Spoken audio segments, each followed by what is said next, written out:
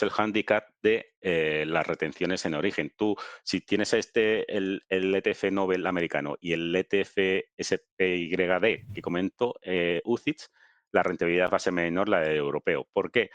Porque, por un lado, está la comisión de cambio. Se nota mucho. En el UCITS inviertes en euros y en el otro en dólar. Entonces, estás afectado también por el cambio de divisa. Pero es que además el UCITS te reparte un 15% menos de dividendo porque tiene una retención en origen que no puede recuperar. Entonces, si cobra 100 de dividendos el ETF, ¿vale? Y le quitan el 15% en origen, el Estado americano, se te queda en el 85% y dices, o sea, 85 dólares te los paga a ti y tú ya aquí pagas el 19-21% lo que, en el tramo que estés. Sin embargo, si estás invirtiendo en un ETF domiciliado en Estados Unidos, el ETF, cuando recibe los dividendos de las empresas que lo componen, no paga ningún impuesto. Eres tú cuando ya de ese ETF americano recibes el dividendo, cuando te hacen la retención en origen del 15%. Y esa retención en origen del 15%, cuando haces la declaración de la renta aquí en España, lo puedes recuperar y pagar, o sea, recuperas el 15% y después pagas el 19, 21, 23% que te corresponda. O sea, ¿en ETF se puede recuperar en la declaración de la renta esa retención en origen? Sí, igual que las empresas americanas. El ETF, si el ETF está domiciliado en Estados Unidos. El ETF UCITS que te decía yo, el ETF en sí le retienen el dividendo que cobra de las empresas americanas y tú lo que recibes, ¿vale? De ese ETF vas a recibir un 15% menos que Sí, pero si... eso no es recuperable. No, ese Eso es. 15% no es recuperable, no. No, lo pierde el ETF. Y el ETF no tiene una hacienda a la cual declarar y solicitarle, oye, que en Estados Unidos me han retenido de mis inversiones un 15%, dámelo. ¿A quién se lo reclama? Ya, total.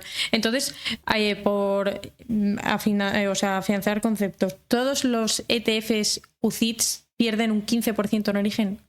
Sí. Sea de donde sea No, la bueno, residencia del fondo. sí. Todos los UCITS, que son europeos Uh-huh. y que inviertan en empresas americanas, van a perder esa retención en origen del 15% de los dividendos que le reparten las empresas americanas al ETF. Sea De cual sea hecho, la residencia, ¿no?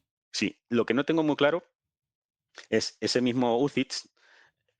Sabéis que si tú inviertes aquí en París, o sea, en París, en Francia, en Alemania, la retención que tienes en origen es del 26, 27%, incluso en Suiza creo que es del 30% o así.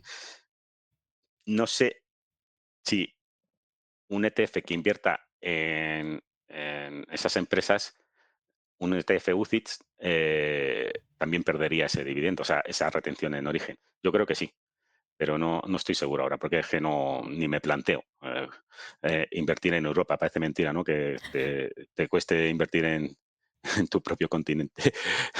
Porque ante un mismo producto idéntico, es que es idéntico, el mismo producto en Estados Unidos y aquí, eh, te resulta más caro y menos rentable. Dice, pero eso es por la normativa MiFID II, ¿sabes? Es para protegernos.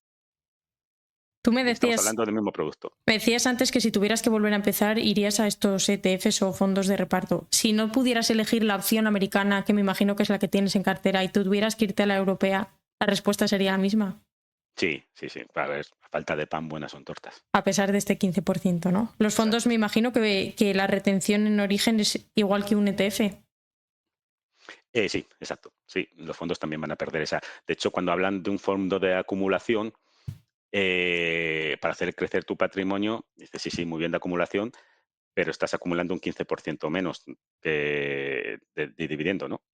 Que si Eh, tú te creas eh, tu mismo fondo, dijéramos, a nivel de crearte una cartera de acciones, pues más o menos sales comido por servido. No es tan ventajoso, porque encima después al fondo de acumulación, ese 15% que no pierde, que no reinvierte, tienes que sumarle la comisión de gestión, ¿vale? Y pues al final a lo mejor sigues perdiendo un 15-16%. Sí, es decir, en un fondo de acumulación tú vas reinvirtiendo ese 85% que va quedando, en cambio en uno de reparto pues te repartes ese 85% y ahí ya pasas por caja y pagas el 19 o el porcentaje que sea. Exacto, sí, pero bueno, el 15 si es un ETF americano, el 15% lo vas a recuperar en Hacienda. O sea, vas a pagar el 19 solo. No pagas 15 más 19, sino solo pagas el 19.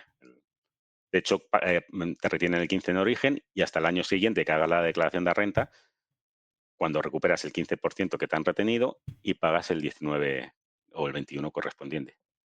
Bueno, eso es lo que se llama el convenio de doble imposición, ¿no? Por si alguien está un poco perdido para empezar, que al final pues es el acuerdo entre dos países pues para evitar que tribute dos veces, ¿no? Que se grave dos veces el impuesto. Si entras en la página del Ministerio de Hacienda y pones doble imposición o algo así, te sale como el listado de todas las empresas, que no son pocas, o sea, todos los países, perdón, que están acogidos a ese convenio de doble imposición, ¿no? Entonces, la pregunta de en qué empresas invertir para alguien que quiera seguir una estrategia por dividendo, pues está un poco claro, ¿no? Los países... Sí, de hecho eso es lo que te iba a comentar. Dice, joder, es que no puedo invertir en Europa. O sea, para invertir en Europa pierdo dinero. Y, por ejemplo, como decía antes, en Francia o en Alemania, un 26%, 30% en Suiza, me parece que era... Esto ha sido una píldora de conocimiento en 5 minutos, una nueva sección del podcast donde comparto fragmentos clave de entrevistas ya publicadas. Si este tema te ha picado la curiosidad y quieres profundizar más, te dejo enlace directo al episodio completo. No te lo pierdas y nos escuchamos pronto.